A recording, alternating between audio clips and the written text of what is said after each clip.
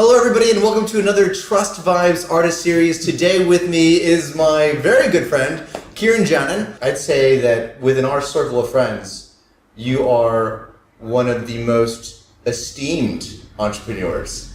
Right. Now granted, within our circle of friends. That's not saying much about our circle of friends, but we're lowering the bar a little bit. He's a watch designer, a watch company owner, CEO of Avantist. You're the CEO of Dart Brunei, which is a what's the name? It's a ride-sharing company. Ride-sharing company, kind of like Gojek or Grab or Uber. Before we get into all that, I do this lightning round thing. First question. Would you rather marry Gal Gadot? Yes. Right. Or have all your business endeavors become Amazon-level successful? Ooh. Yeah. Because you'd be the richest person on the planet. Oh, Jeff Bezos level. But all of them. Yeah, ventures. the second one. Really? Yeah. Okay. I could build a Gal Gadot from scratch. It's true. That's good. Okay, Yes. moving on. You're on a hike. Would you rather come across a hungry tiger or a hungry bear? Tiger. Why? Bears can run faster. And climb trees. Wait, no. Dude, tigers can climb trees. Oh, shit. And I don't know if a bear can run faster than a tiger, can it? Pretty sure a bear can run fast. Okay. This is where I wish we had somebody to Google things for us. China, overrated or underrated? Underrated? Underrated? Yeah. Are they? I feel like people are rating them pretty high. No, they're very underrated, our future global overlords. I think you're very underrated. Okay. Same. What? Who do you trust more to deliver one of your extremely expensive watches to the customer? Me or Adam? Adam! Why Adam? Because you! But Adam's... He's a busy guy. He has a child. He's got a wife and a child. Yeah. Like, that could be distracting for him. That could get in the way also of a proper watch delivery. He has had that kind of responsibility. Right. Do you have anything of that level of responsibility that you've ever looked after before? Do you have a pot of plants? I do. Both are alive. Yeah. Two. I have two. Two of them. Two. They're both, well, one's still doing great. There you go. I accidentally poured lemon water into one of them. Mm-hmm. They don't like that. And so it started turning yellow after I did that. Right. But I think it's going to make a comeback. Good. So Adam. Okay. Yeah. I also forgot to bring my camera here today. Yes, exactly. Anyway, time for that with a child. You can. Okay. It's frowned upon, more so than forgetting cameras. Sometimes illegal. I think places. it's only illegal if it dies. Again, you can only really do that once. Depends on how many children you're forgetting.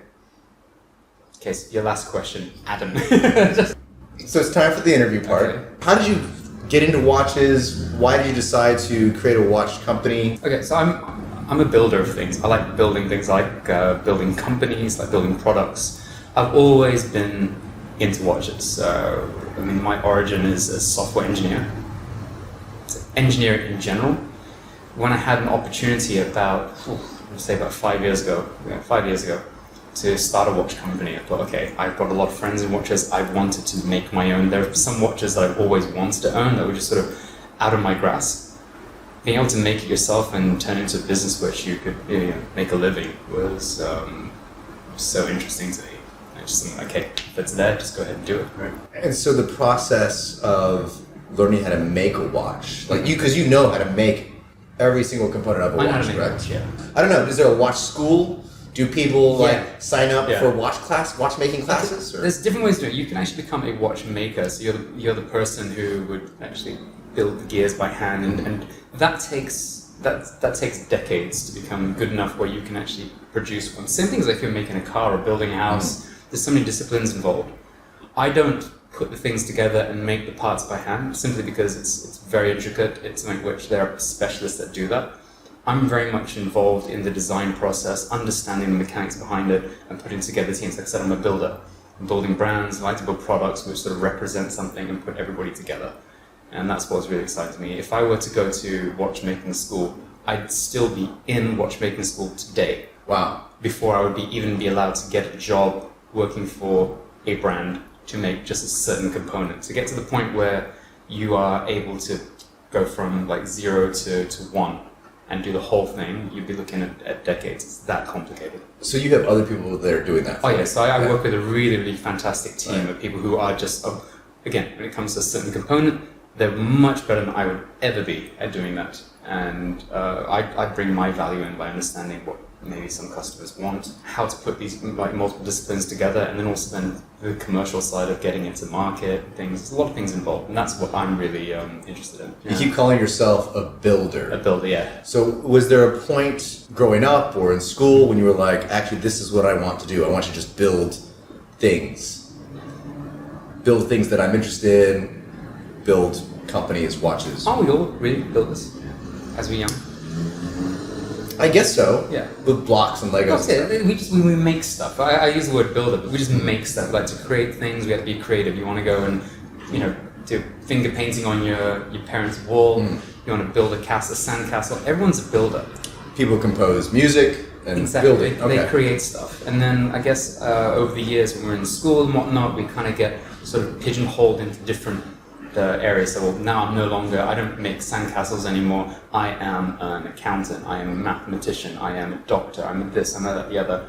I've naturally strayed away in saying that, I just want to create stuff. And I feel that specializing into one thing all the time, although it's good and I do have specialized in things, I also feel that it's really important for us to always realize that we still can be generalists. We still can do anything we want.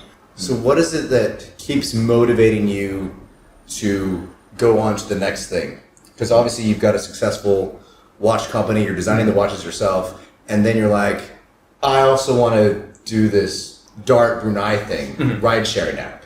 I think we're all the same. You've got, you might be out one day and you say to your friends like, I wish they had a X for this, or wouldn't it be great if we didn't have to wait in queue for this and somebody could come up with, and that's the thing, when people say stuff, they always say, I wish somebody would do this. I'm just naturally that kind of person that thinks that, how can I make this? I like to solve problems. It's like a puzzle. If someone says, I was in Brunei and they said, I wish there was an Uber, I wish there was a Grab there, why don't we have one? I sort of asked myself, why don't we? What would it take for me to build one of these here? Nothing can be done by one person, so I'd never ever think that I'm going to be the only person, one-man show. I think, okay, let me see how I can build a team together, implement it, maybe guide people, put my sort of little spin on things. And sometimes they're successful, sometimes they're not. Sometimes they just don't work. I'm like, all right, that's cool. What are the projects that have failed? Oh, tons. I've done like apps before. Before I went into like physical watches, the first thing I did, because I wanted to get into watches, I was making Apple Watch apps. Really? I made Apple Watch apps for a while, and the whole idea where I got into like this first watch that we have is it has the tennis strings inside, right? From Martina Navratilovan's Grand Slam victories. The whole reason why I got into mechanical watches and thinking like, hey, maybe I should go into this side of watches and also put tennis strings inside that is because I'd been working in Apple Watch apps for a while. So I understood watches. The first app I made was something called Ace Tennis, right? And it used the G-force and the motion sensors. So while you're playing tennis, it would record your hand's movement and be able to, on your phone, show you how well you're playing tennis. How did that not become successful? At the time, the smartwatches, the sensors were not super accurate. So it would tell you that you're making a serve or a backhand or whatnot, but it didn't really give back any qualitative information saying to improve someone's tennis game. It was a cool gimmick, but it was just not good enough. Like maybe today, if I tried relaunching the app today, the technology might be there. It's a good 6 years later. But in that time, I'd been immersed in the tennis world. I do enjoy tennis, but I've been meeting tennis players. And then with watches, I was thinking about how do I make a case which would make it a little bit more resilient for playing tennis. And that's when I thought, hey, actually, because I'm doing all this work, I could actually make a mechanical watch company. So we sort of pivoted each time, realized, hey, this is actually quite successful. And then we thought, how do we make that unique? And the fact that we knew some good tennis players and I was really into it, I thought that's when I had that eureka moment, like, hey, we could actually make something unique. We could put some strings inside from real rackets. One thing leads to another, and you just sort of go with it. Who are some notable people you've made watches for? Well, I don't like to divulge clients' names. Feel free to name drop. Name drop the ones you can. Okay, I mean, we do make watches for. I mean, obviously, the first watch we made for Martina Navratilova, who is 18-time Grand Slam champion. The majority of our watches have, string from the racket. In fact, I have one of the rackets up there. Oh. Yeah. So we have those rackets that they put their strings inside them, so you can actually own a moment of Grand Slam victory. That's the kind of way we go. We've made watches for VIPs, heads of state, royalty around the world, rap stars. There's a lot that goes out there. Hopefully, over time, when they get worn in public, people will see them. The top of that list of famous people that wear the watches, of course, the two hosts of Asia's Got Talent. I've heard of him. Yeah, one of them's really famous. His name's Alan Wong, and there's another guy, Jane, something like that. Yeah, but basically Alan's friend. Really, really famous people. They wear it. Yeah.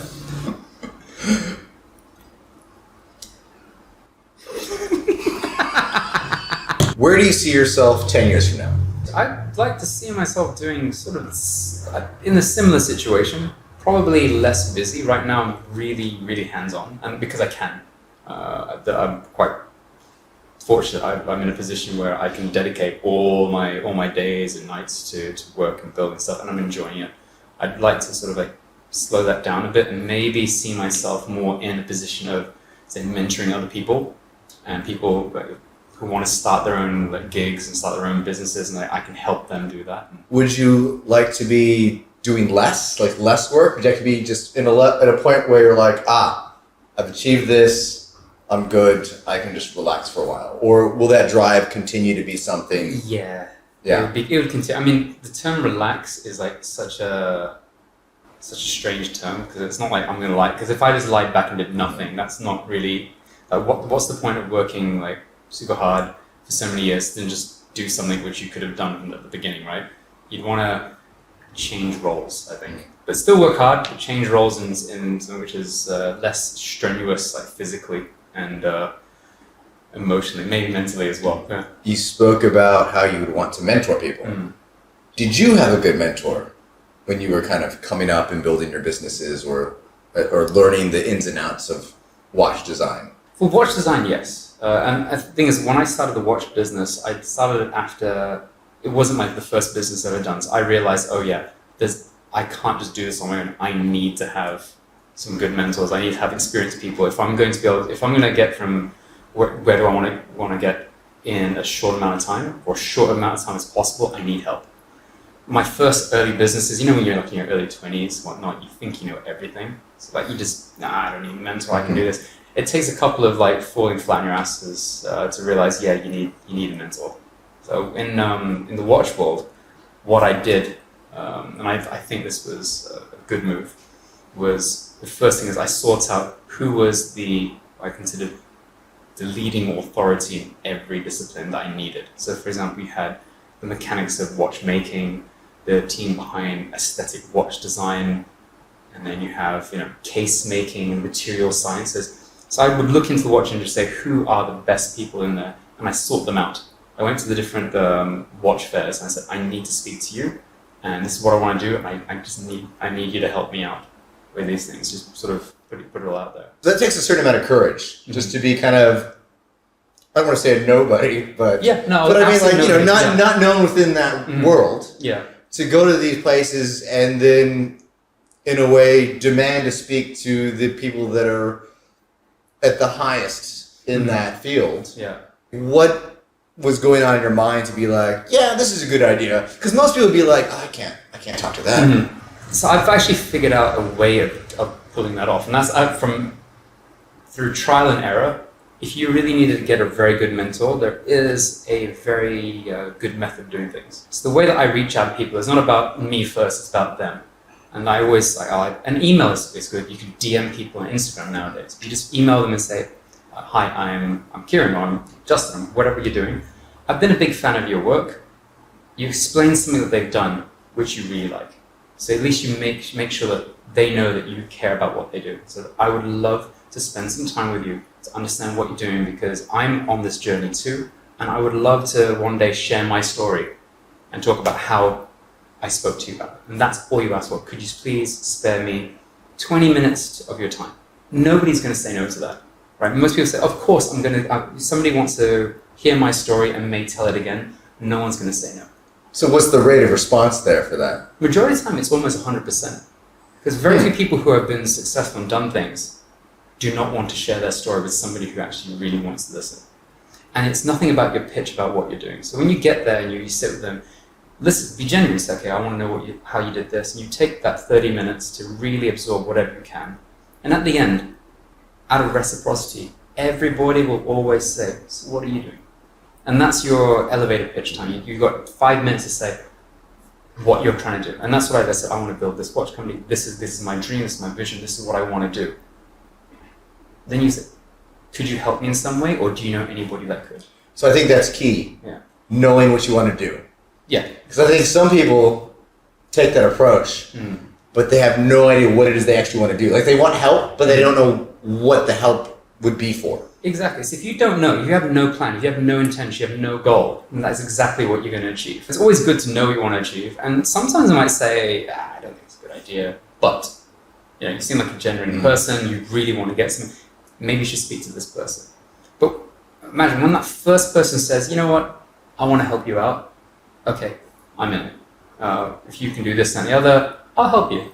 The next time you ask another person from another field and whatnot, and you could actually say, well, this is what I want to do. Did you know that this particular person is advising me? They're like, no way. They are, because people know people, right? So at the end, every industry you're in, everyone knows everyone. And it's much easier to get someone on board when somebody else is. The first person is always quite hard, but when, like Robin Hood and his band of merry men, as you continue on, it's much easier to get people to join what they call it, the bandwagon, right? Yeah, you just need one. You just need that first person. And you also have to be really genuine and authentic about what you want to do. And that's how I found is important. And then if you can have like a team of really good advisors, again, you could still fall flat on your face and not achieve anything. That's the nature of business in general. What is some other advice that you would give to people that want to start their own companies and go down a path like that?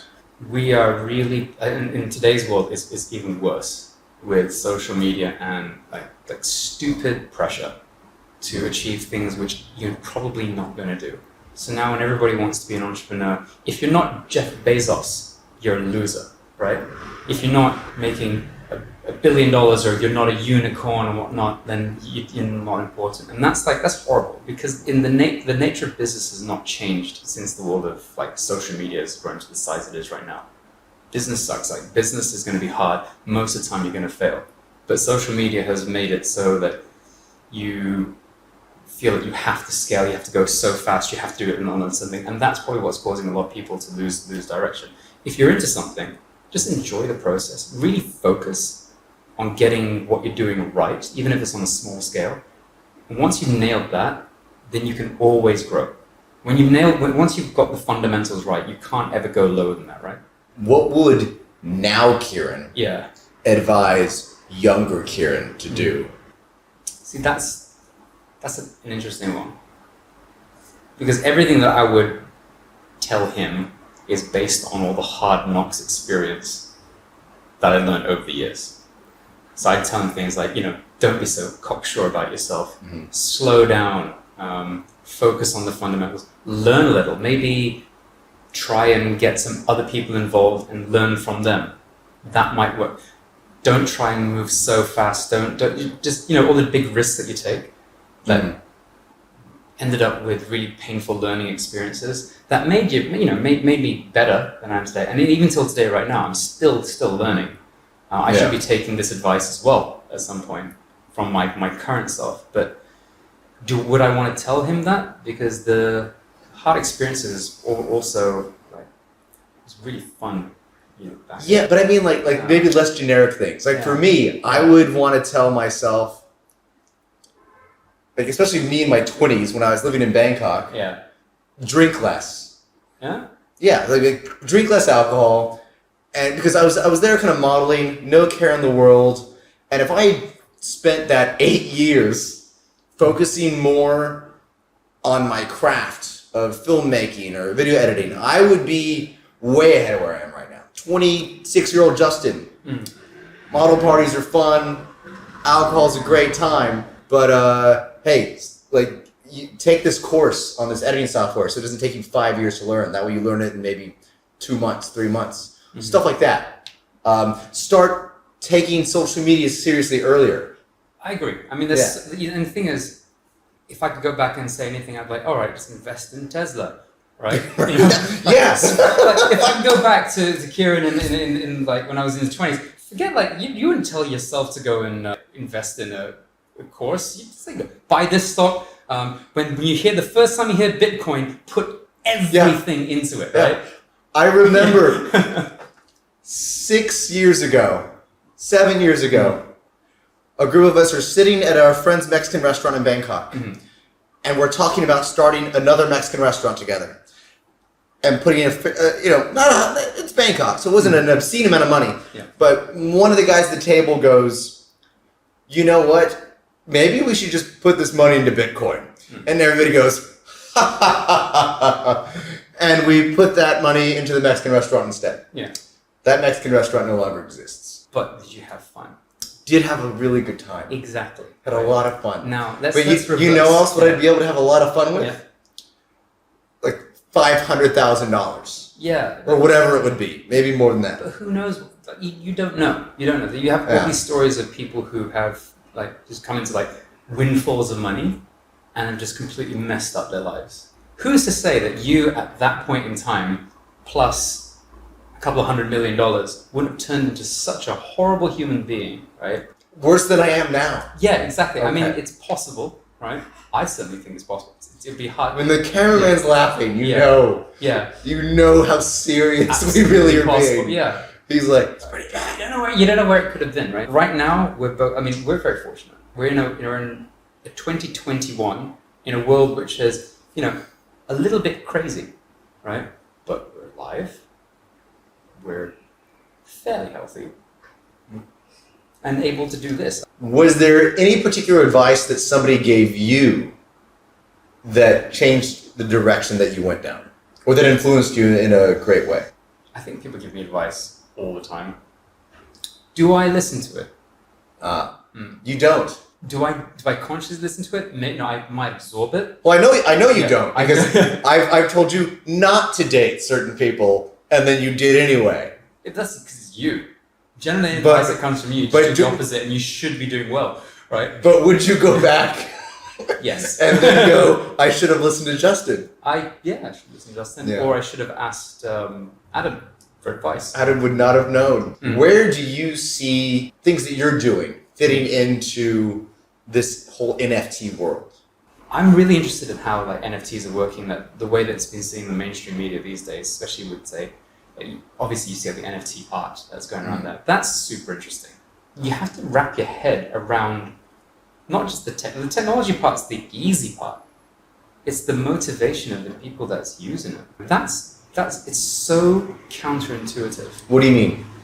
What do you mean it's the motivation of the people that are using it? Like, trying to think about what is the motivation behind somebody paying so much value for an object which is technically digital. So you have to really think about things differently.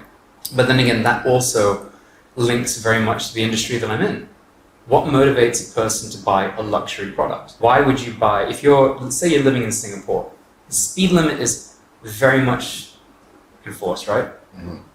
There are traffic lights every 50 meters, right? If you wanted to leave from my place to, Orchard Road, and you left in a Toyota Corolla, or you left in, like, the most expensive Ferrari, you're probably going to arrive at the same time, right?